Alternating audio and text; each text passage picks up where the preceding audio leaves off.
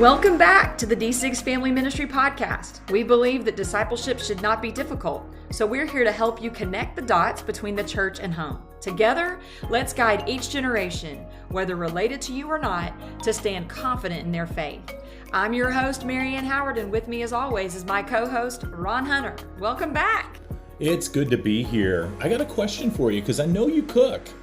Yes, Have you either, I'm going to give you an option in here. Have you either mixed up an ingredient and gotten too much of something, or if you're like me, you occasionally mix up that teaspoon and tablespoon and gotten too much of something? Let me tell you, I like to bake, specifically in the winter. Something about winter makes me want to bake, and the quickest way to destroy homemade from scratch cinnamon rolls is this very question you're asking me. When you over salt, or you forget to salt, or you over flour and you forget other components, oh me, oh my, it is a disaster. And they look nice on the outside. They look so scrumptious. They look risen. They look like they're going to be the most delicious thing you could ever eat. But you take one bite of that cinnamon roll, and all I got to say is it's not pretty. It's bitter. It's yuck. Yeah. Well, that's our lesson on leadership today. Our guest, Tom Bump, is going to lead us through narcissism. And, it's just what you described. Everything looks great on the outside, but immediately with those conversations, you begin to pick up on it's all about them. And I love how our guest says everybody possesses a little bit of narcissism. It's a matter of how much is involved in that recipe. Let's listen to a short clip before we get into the episode. Because yes, a full-blown narcissist has no empathy, has no compassion. They really lack that self-awareness. And it's sad because they really are empty. As you listen to today's interview, I would love for you just to think about and write down the red flags of narcissism and evaluate if they're present in your workplace or present in you. Let's have a listen.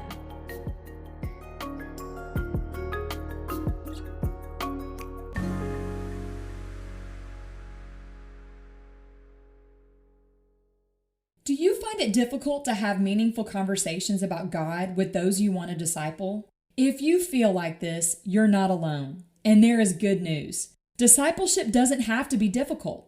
The most effective discipleship happens when you simply talk about God in the everyday moments of life. With the D6 Everyday Foundations curriculum, you can simplify discipleship by making these conversations easy. Because of our generational aligned curriculum, all ages, from preschoolers to grandparents and everyone in between, learn from the same scriptures each week. This means you can have those easy conversations around the table, in the car, or anytime, because what you're learning, they're learning too. Discipleship doesn't have to be difficult. Visit d6family.com to learn more and use the link in the description. Today's guest is Mr. Tom Bump. Tom has been a PK, which is a pastor's kid, and so he's literally been raised in and around the church. He's seen and experienced many things, but it also made him who he is today. He has been in some kind of full-time ministry role since the age of 18. He's married to April and has 4 young adult children. He loves being with people and camping, especially the camp cooking, which is cool. You're welcome to come with me anytime. And he occasionally plays golf and some other sports. Looking forward to the conversation today, Tom. Thanks for being here. Me too. Thanks for having me. Well, this might sound crazy, but let's kind of start the conversation with a definition, okay? Because today's topic, we're talking about leadership and narcissism. Yeah. Can you define what is a narcissist? Well, there's a lot out there, no doubt about it. But to summarize it, probably the briefest way is to talk about that they really are a person who's really full of themselves. It's more of an excessive, almost admiration of themselves. They're very closed off ultimately in their worlds. So a narcissist is going to be somebody who really lives for themselves and what they can achieve over everything. Well, I think that there are some leadership qualities. So it can they can often look like a leader. How do we differentiate between the two? Oh, yeah, because a lot of leaders that carry narcissistic tendencies are larger than life, and they're very flamboyant, and they're very charismatic. They can be fiery and bold and all of those kind of things. But the difference ultimately when we come in, because when we start looking at narcissistic leaders, they really are numb inside too. I mean, even the root for narcissism is that idea of being numb or just in a stupor, kind of. I mean, that's the picture in the Greek that it gets. And so leadership qualities I picture them more as a skill set, as a talent. They're things that are acquired and learned. But a narcissistic leader, and the difference is heart. It really does come down to the whole idea of a narcissistic leader is not going to draw people in to them close.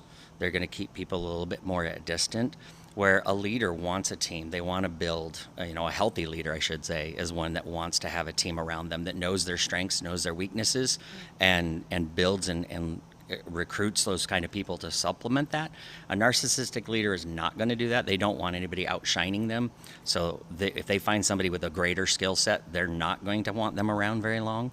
So I think, sometimes we slap labels on too fast, and it seems like that happens a lot in our world today. We love to label people, and it hurts. It hurts the whole church, capital C church, when we throw those kind of labels around. Just because somebody's a strong leader who has a strong skill set, who knows how to get things done, doesn't make them a narcissist. But if they have a heart that is all about, I want success, I want notoriety, I want this for me, and to keep progressing, then there's a difference. And I think that's where one is skill set, one is heart set. Yeah. And I think that's where we can delineate, because I think there are some great leaders who are fiery and bold and sometimes come across harsh and determined. And sometimes people don't like that, but that's what they need to be. I had a very strong leader that I worked for who took a lot of hits for me that I didn't even realize as a young youth kids pastor that my pastor was taking this, but he was a very strong, and there were times he irritated me because he was so strong and this is how we're going to do it. But he was nowhere near a narcissist, because I knew his heart. His heart was for me and wanting me to be a great leader, and he wanted to help me improve. And so I think that's really where it's at, is one's a heart set, one's a skill set. Yeah. I think, if you had asked me when I was, 8, 10, 12, probably even 16, 18, what a narcissist was, I would have been like, I don't know, you know. Right. I really think like the word has like risen to the top, Yes. In recent years, and been a part of conversation, so much so that my 13-year-old was talking about narcissism the other day, and I'm like, what? Like, how do you even know? Like, I'm trying to put myself in his shoes when I was 13. I'm like, I wouldn't even know what that was. So obviously our culture is sending a message about narcissism. What is our culture talking about in regard to being a narcissist and all of that? Well, again, it's the label slapping, as I call it. We want to label everybody, right, left, conservative, liberal, all those kind of things. And so we also want to slap that narcissist label. And again, a lot of times it comes because if we don't agree with them, or we don't like what they say or how they're doing it, sometimes we throw that on there. And I think culture is teaching that it's okay to do that. Mm-hmm. And I think that's one of the things that I'm most concerned about, and why I speak to so many leaders about that. We as leaders have got to stop doing that. If we're going to stem the tide of all this, and I'll probably say this several times, because I really truly believe if we're going to change the culture, we've got to help these young people stop slapping labels on each other and really understand what is unhealthy, because in essence we all are narcissists. Narcissism is in all of us. It's a sin nature. It's part of us. And it just depends on how far on the what some call the spectrum of narcissism that you are. So I think what we have to help kids realize is, because there is a whole, it's all about me, the selfie. That's right, yeah. I mean, how much more self-centered narcissistic can we be when it's all about how many followers, how many likes? And so if we can get kids to stop wrapping their identity in there, because that's what's pushing them towards narcissism, and they don't even catch it. They don't see it themselves, but yet they'll look at somebody else and go, oh, they're a narcissist. It's all about them. And they look in the mirror. Yeah. I have to tell myself that because I'm in danger of it all the time. Being someone who speaks and travels and talks to people and coaches people, I have to watch it in my own heart, and I have to guard it. And so I think culture just, we want people to be self-sufficient. We want people to be strong. We want them to not get hurt by what other people say. So there is a health to some of that, but it can go too far when it becomes, again, self-absorbed, self-adoration. You're propping yourself up and you don't care about anybody else. It's all about you. Yeah, I'm thinking about the person that you described that is a narcissist, and the fact that you just said, I have to protect myself. Like, I have to watch myself here.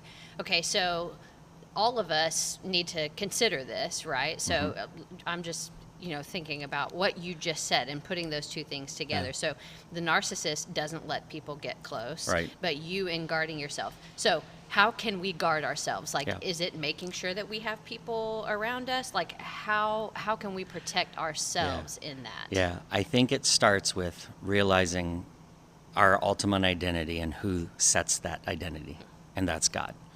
So if we can teach young people and remind ourselves as grown-ups and adult leaders that God is the one. It's not what we do. It's not what other people think about us. It's our identity, although we take a lot of that and make that. But our identity comes from who God defines us to be, who He created us to be. That is the ultimate. And that, if we can get people to start looking at that and meditating and letting that stay in our mindset all the time, that will be a very healthy thing right there. I think we do have to have accountability. I think that's one of the things that I've put into my circle is I've made sure I have people around me who I will listen to, and when I can ask them, what's it like to be on the other side of me? That's a huge, huge question. And if we can teach young people or other even leaders to go to your team, go to other people that you trust and say, what's it like to be on the other side of my leadership? What's it like to be on the other side of my parenthood? If we can teach kids to say, what's it like, Mom? What's it like, Dad, to be on the other side of? And if they'll receive that feedback, I can tell you that's a game changer for preventing or helping recover from narcissism or keep you moving from into an unhealthy narcissistic way. And, I think that's one of the things that often kids get defensive. They feel rejection and they take it so personal because, again, it hits their identity because they're not healthy with that. They don't have that biblical view. And so, if we can help them understand, what does God say about you and how did He wire you and design you? And then get some people that will speak truth and love and that they will receive it and not reject it. It can change a path, and it can, again, I'm all about wanting to see this narcissism label go away because we change the culture from the inside by changing that next generation. Yeah, we're going to continue this conversation. We'll be back in just a moment.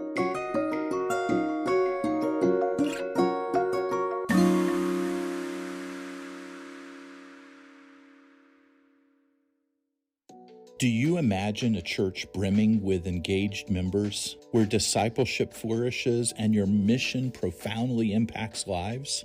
Well, this can be more than an imagination. It can be reality when you read Brad Ransom's book, Creating Healthy Church Systems. This transformative resource will help you with the knowledge and skills to build the systems that are unique to your church's situation. You will be able to assess the health of your congregation and build comprehensive blueprints for the essential systems that form the foundation of a healthy church. This book offers not just theory, but it's also a very practical guide on implementing these systems. It's time for us to transform our churches. Grab this book, Creating Healthy Church Systems by Brad Ransom. To purchase or learn more, visit d6.family/store or click the link in the description below. So we are back with Tom Bump. We're talking about narcissism. We're talking about what the culture is saying about it, what that means for believers, also looking at leadership, in the church, outside of the church. This is just an interesting topic. quite frankly, we're not talking about this in the church. Right. Oh, yeah. No. We're not. And part of it is our toes get stepped on when we talk about topics like this. But how can we as parents, how can we as church leaders help our students, help our children fight the messages and the natural selfish tendencies? How can we turn that tide as leaders? Well, again, it goes back to teach them what it looks like to guard your heart. How do you respond, not react? So when you hear something, how do I process that so that I don't put that into my playlist in my mind, but instead go, okay, I know what God says about me. I know that I'm valued. I know I'm created on purpose for a purpose. I know I am loved more than anything. I'm the best part of God's creation. Whatever else you want to put in there, and learn how to filter. That would be one of the first things. Again, finding somebody who speaks truth and love is huge. Finding somebody who can care about them and that they'll receive it. I also think one of the things that we teach them is to focus in Philippians 2 and having what the mind of Christ and what that looks like and what that means to live it out, to flesh it out. Because as parents and as leaders of children and students, their mindset is getting shaped. And we know, from research, the worldview, what they value is all set before 12. And honestly, I'm seeing it grow younger. I work with a lot of first, second, third graders, and I'm watching some of their mindsets and their view, and I'm watching them become very self-absorbed. I just had a couple kids in my children's church who I talked to just before I started and said, all right, fellas, we're going to listen today. We're not going to cause disruptions. Are we good? And oh yeah, we promise. I stopped 3 times in my lesson. They were bouncing on my very last nerve that morning because literally as I'm teaching and I'm sharing the gospel, they're over giggling and laughing, and I had to stop the room and talk to them. And then even afterwards, one of the leaders went over and started praying with them, and they were talking while she was praying for them. And afterwards, I'm like, there's a narcissistic little kid, because it's all about them. They don't care about the rest of the room. There were 90 other kids in the room, and they didn't care because it was all about them.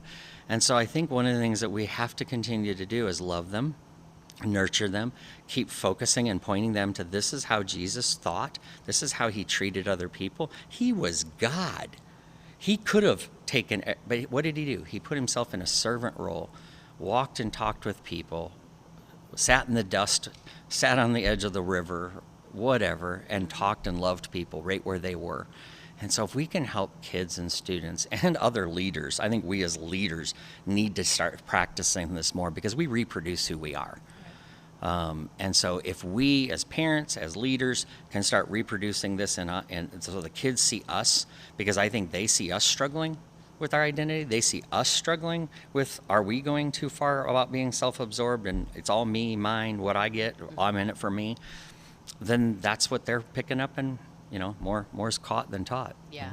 It sounds a whole lot like discipleship, doesn't it? Imagine that. I mean, there's a theme here with D6, right? But honestly, it does. And if I'm very honest in this moment, the conversation I had with my 13-year-old, he point blank asked, Mom, am I a narcissist? Wow. Which my husband and I are kind of like looking at each other like, oh boy, how are we answering this, And I said, buddy, we all have selfish tendencies. Good for you. But you have the Holy Spirit in you. Ooh. And I don't believe a narcissist to its core can be compassionate towards others. Yes. And you can. Yes. And so, I'm like, Lord, I need your words and not mine in this moment. Because, I mean, if I, again, can be honest, like I have narcissistic tendencies, and I can reflect on my childhood and see moments where it was like, whoa, like I definitely could have turned out completely different, but thankful that the Holy Spirit resides in me and presses some of those things out. Oh, that's so good. Can we talk about what does this look like in discipleship? Because like you said, every person has this. Like it's who we are. We are selfish people. So how does that lend itself in discipleship? How can we as parents walk through this with our kids? Well, I think it's perfect. I mean, I think and what you did was awesome. I mean, and that was a great explanation, especially for his age, to help him see. And because, yes, a full-blown narcissist has no empathy, has no compassion. They really lack that self-awareness. And it's sad because they really are empty. And most narcissists are totally lonely and totally isolated. And that's why they're constantly shifting and moving and go. And so, if he's got friends, if he's got people around him, and if he's asking those kinds of questions, yeah, he's not anywhere near the top of the narcissistic spectrum on that. But for discipleship, again, that's where we start. We start young. Yeah. We stop letting kids know it's all about you and it's all about we're going to please you. I spent some time at a big amusement park recently and heard little kids telling their parents what they wanted and what they didn't want. And the parents were just bending over backwards and letting them have it. And I'm going, yeah, creating a little narcissist there. But again, we disciple, we reproduce who we are. So if we're going to change that, if we're going to disciple, then we need to think, what does the model look like? And again, Philippians 2, I tell people, go dive on this and sit on it for weeks. Read it, and reread it, and then do it. And I think having a mind and a heart like Jesus and doing what he said is huge for this. If we can help kids. So, Scripture talks about don't do anything that's out of selfish ambition or conceit. I mean, it goes right to the heart. So if we're going to disciple kids, what we need to say is, okay, your heart matters. Not just your mindset matters. Your heart matters. So what's there? Because out of the heart, the mouth speaks. Right. Okay? So if we can help kids to look at themselves, and Philippians 2 talks about, look to your own interests first. What's your motivation? So when I pick up my phone and I'm putting it out there, what's my motivation? And if we can help children think about that and students think about that, that's going to be pretty powerful for them. Because to me, that is part of discipleship. We have to figure out, how do we live in this present world? Yeah. But we're strangers here, meaning we don't have to do everything the rest of the world does. We don't have to love everything the rest of the world does. That's what sets us apart. So to me, that's a big thing of discipleship that churches aren't really teaching, is why do we set ourselves apart? Why are we in the world but not of it? We've lost that. I don't hear people preaching on that anymore because they're scared that that's going to offend. Well, start offending people. Yeah. I would rather offend them with heaven than let them go to hell just walking and skating in. I'm just not going to do it. So I'll offend people by telling them that they need to have that. I think they need to figure out that Jesus himself, God in a bod, came down here and said, I am who I am, but he also put on the towel and washed people's feet and served. He took that little boy's lunch because he saw people were hungry, and he fed them with that incredible Lunchable. He had that compassion and wept openly over his friend's death, but yet he knew the purpose behind it all. And so I want to help leaders start thinking about discipleship, and honestly differently, that to help kids realize we are travelers in this world, and that we don't have to blend in. We should stand out, and we should stand out in a good way, and it's okay.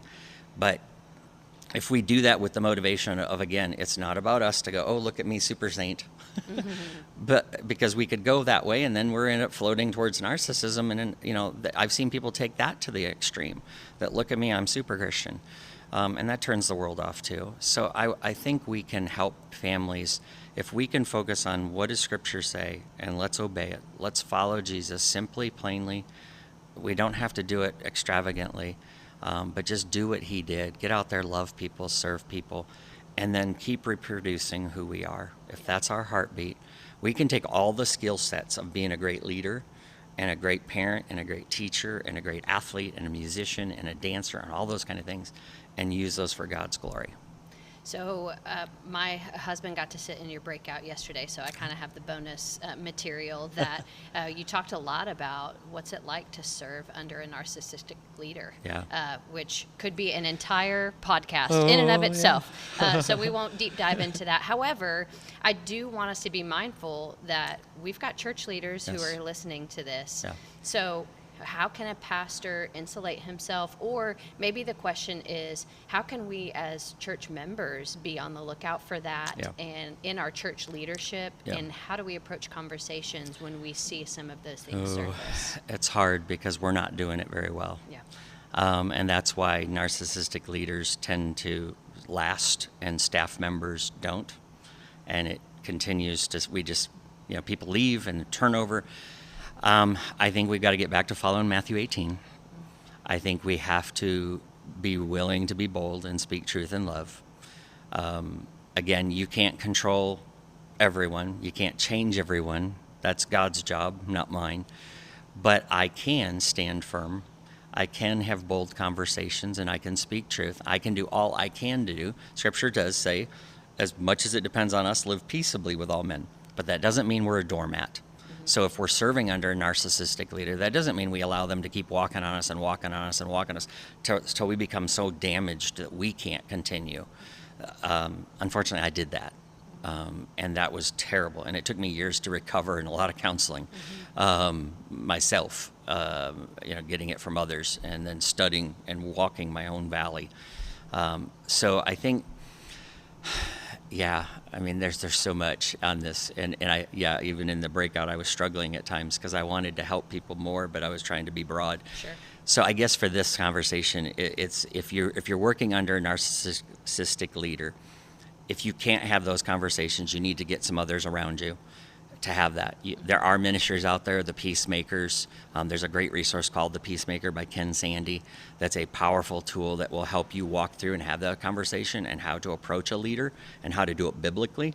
That if in the point that it comes to that leader needs to be removed, they ought to be. And then they need to get counseling and coaching before they go into another ministry. And I think that's what churches have got to start looking at, is not letting somebody jump from church to church that has these issues. They need to fix it. And God can. God can do anything. So he can redeem a narcissist and bring them back from so deep into the spectrum back to somebody who's got hope and life out of them and that can help be a world changer. But we have to be bold at times. And then there are other times where, you have to bless and release and walk away. Mm-hmm. And I've had to do both. And one time I was able to work with a leader, and that leader got removed, and it was the good thing, and the church is healthy now. I've been in another place where that leader didn't. I've watched other leaders go off and try to start something new and then destroy more people, and then ultimately they're out of ministry, and that's God's judgment. He'll take care of that. So I have to stay responsible for me and have my heart and watch that. And I know that's not always the answer people want to hear. They want to have step by step, this is how I get rid of that guy or gal or whatever. But ultimately that's not our call. And they're going to stand in heaven on accountability day. I'm going to do the same thing. So I'm going to be responsible for me, watch my own heart, protect myself from becoming that, because it's easy to get sucked into it too and become that way, even when you're compensating and trying not to. Yeah, and approaching those conversations with grace, like Yes. you said earlier. Grace and love. If you lead that first, lead with understanding. Help me understand. I want to understand you. Sometimes narcissists, if they're not too deep in, they'll open. But if they're full scale, full blown, they're gonna push you away, but again, that's gonna cost them. Yeah. They're gonna miss out. Yeah. Well, Tom, thank you so much for this conversation. It's been wonderful today. Thank you. Thanks for having me. I appreciate it.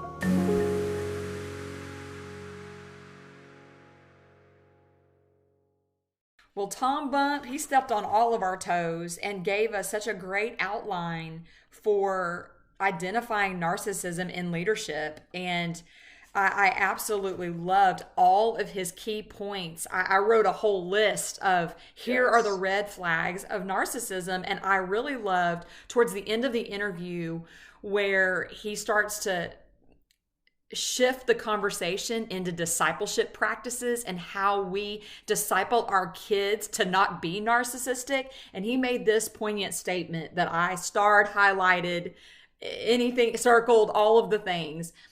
It's not just your mindset that matters, your heart matters. So what's there? Because out of the heart, the mouth speaks. And that is the core and the root of narcissism. Narcissism is always going to put self at the center. And so our heart, our kids' heart matters most. We cannot parent our kids in a way that puts them at the center of everything, because we're going to raise a narcissist. That's right. And that entitlement mentality just reinforces those ingredients that become too heavy, that destroys the recipe. Remember that. Next week, we're going to listen to the wisdom of Jonathan Williams, who is without a doubt one of the rising gurus, scholars, speakers on family ministry.